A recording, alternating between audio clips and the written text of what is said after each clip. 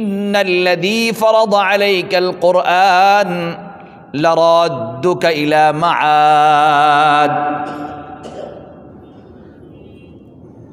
তাফসীরের মধ্যে লিখছে জিবরিল আলাইহিস সালাম রাসূলুল্লাহ সাল্লাল্লাহু আলাইহি ওয়াসাল্লাম যখন ভারাক্রান্ত হৃদয় নিয়ে মক্কা থেকে মদিনায় হিজরত করেন, যাবার পথে বড় ব্যথা অন্তরের মধ্যে, জিবরিল আলাইহিস সালাম আয়েশা জিজ্ঞাসা করেন, নবী আমার, ও দোস্ত, আপনি যে মক্কা থেকে নিজের দেশ ছেড়ে মদিনায় যাচ্ছেন, আপনার কি খারাপ লাগে না?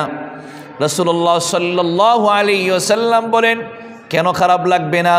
অবশ্যই এটা আমার মাতৃভূমি, এখানে আমার জন্মভূমি, জন্মভূমি ছেড়ে ভিন্ন জায়গায় যাচ্ছি, অবশ্যই খারাপ লাগছে।